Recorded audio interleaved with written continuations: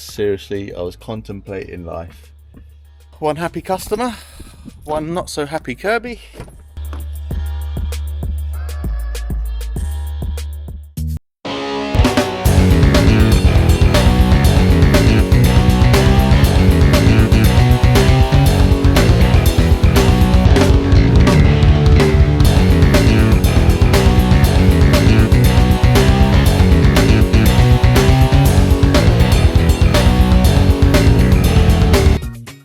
Right, so now we've got the under tray off and we're underneath.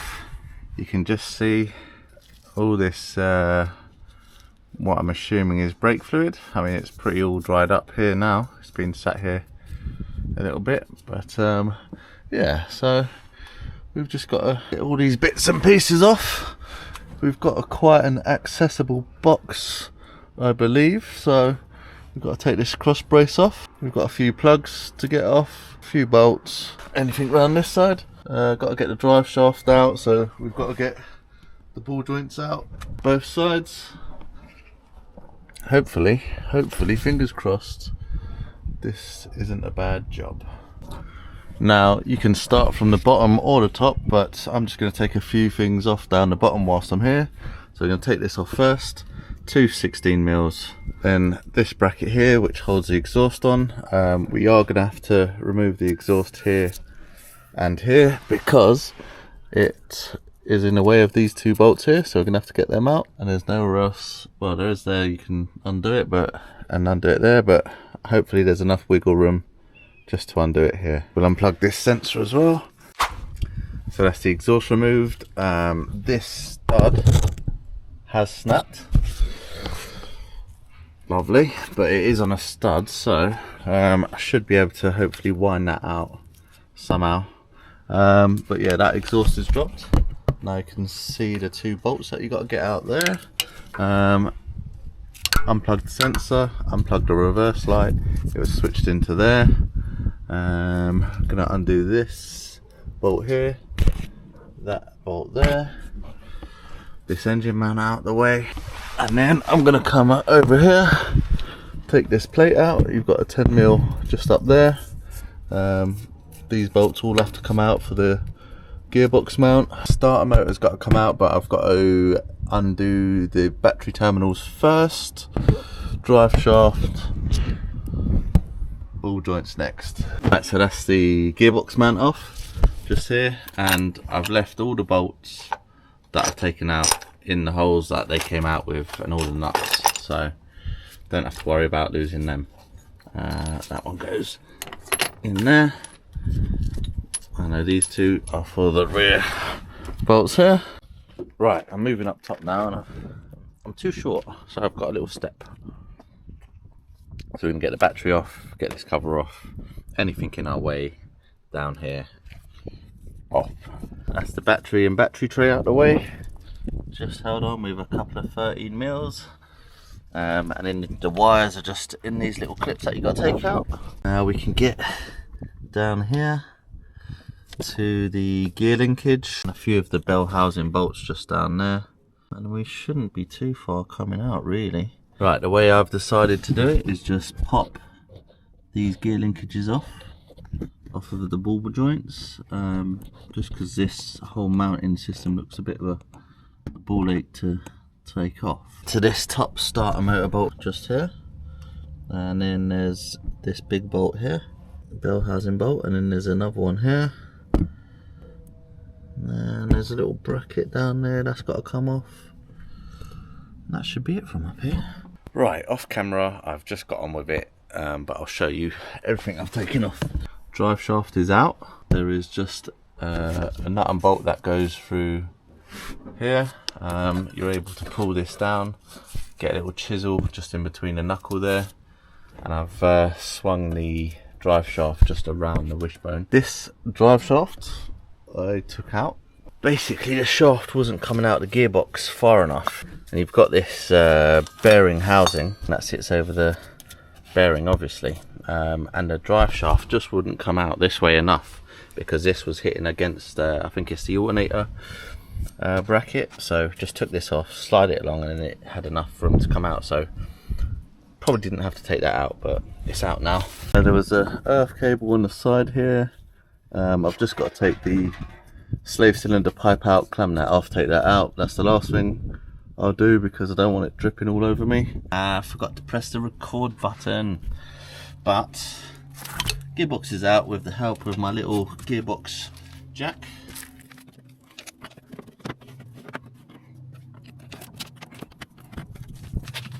And there we go. Look how wet it is, all that fluid there. Just leaking out the bottom. Oh, right, I think I've deserved a little lunch break now. Box is out, halfway there. It's about lunchtime, so today I've got some chicken spicy something peri-peri rice pot that Mrs. Kirby bought me. Looks very delicious. I've got the gearbox off of the stand, just giving it a bit of a clean up, and just want to show you the difference. So this concentric slave cylinder that's come out, plastic. This Valio one, metal. Now, I've heard, or I've seen, in the past, plastic ones fail a lot more often than metal ones, and this one just seems a lot better made, so hopefully that doesn't come to bite me in the arse. But yeah, let's get this all thrown in. Right, so, flywheel is in, old one, and the clutch is off. And I just want to show you a little tip if you haven't got a clutch alignment tool. So just get a socket, find the right one that fits in the hole, and then what you want to do, come around to your clutch plate, and then obviously that is just swinging around in there. So what you want to do, so a bit of tape,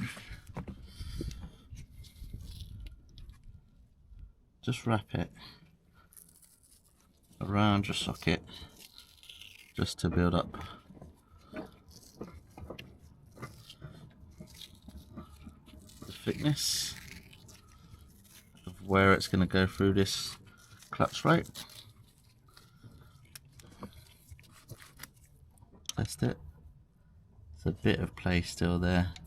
It's not bad. Maybe one more roll.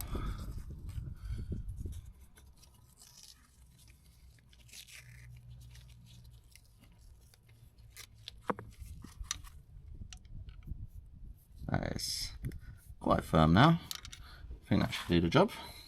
So that will sit nice and central. Just got to clean this up 1 second. So that is sitting central.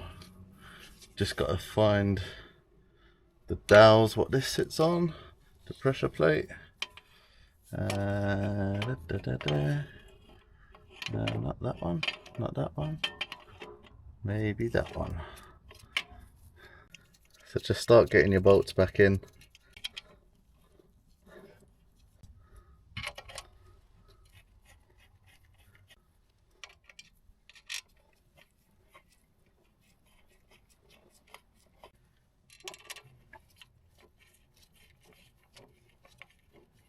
So that's all lined up.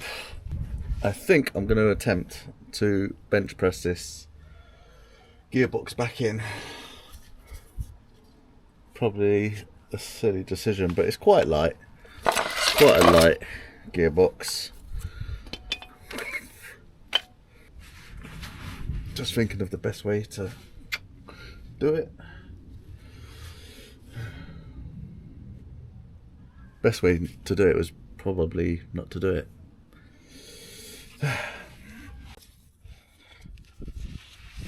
I said it was light. It was light.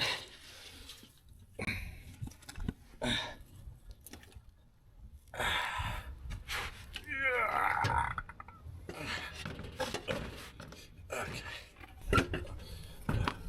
Oh, more TV cut.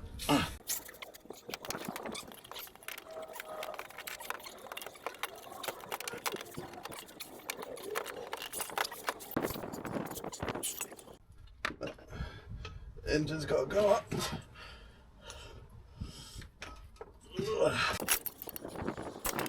There we go.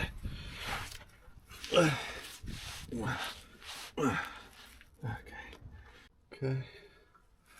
Everything there is lined up pretty much. One eternity later. I can't tell you how difficult that was to get in. Probably about an hour and a half. I am knackered. It just weren't lining up. I got it up there and that bolt, the stud, just weren't going in. I even took the box back out just to check, I don't know, the alignment, and the clutch went on okay onto the shaft, but it just wouldn't go in. Seriously, I was contemplating life. And I'll just give it one last shove before I started crying, and it's gone in. I've got one bolt in now.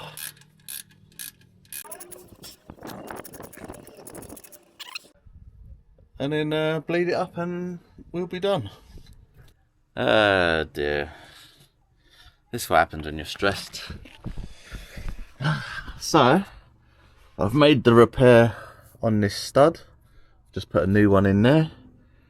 I used the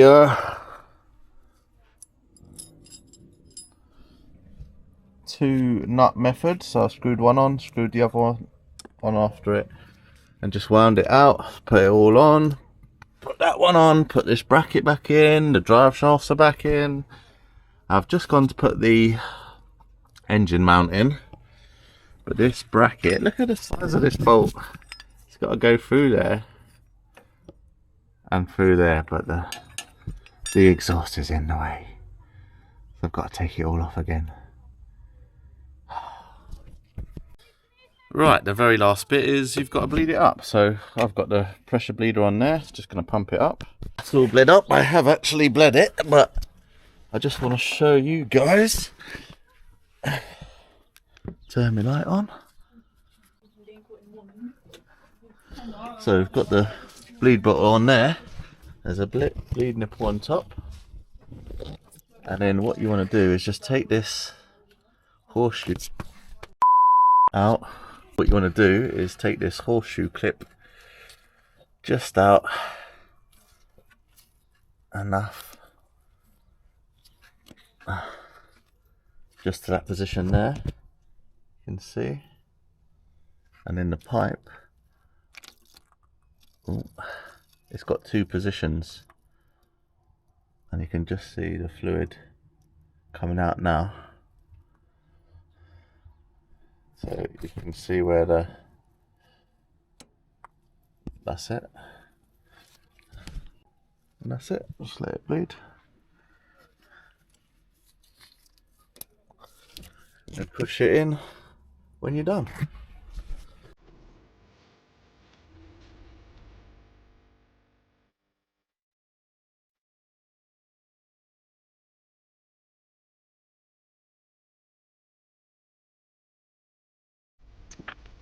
Right, and that is me done.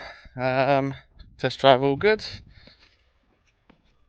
One happy customer, one not so happy Kirby. But I've got it done. If you've liked that, subscribe to the channel, leave a comment, and I'll see you on the next one.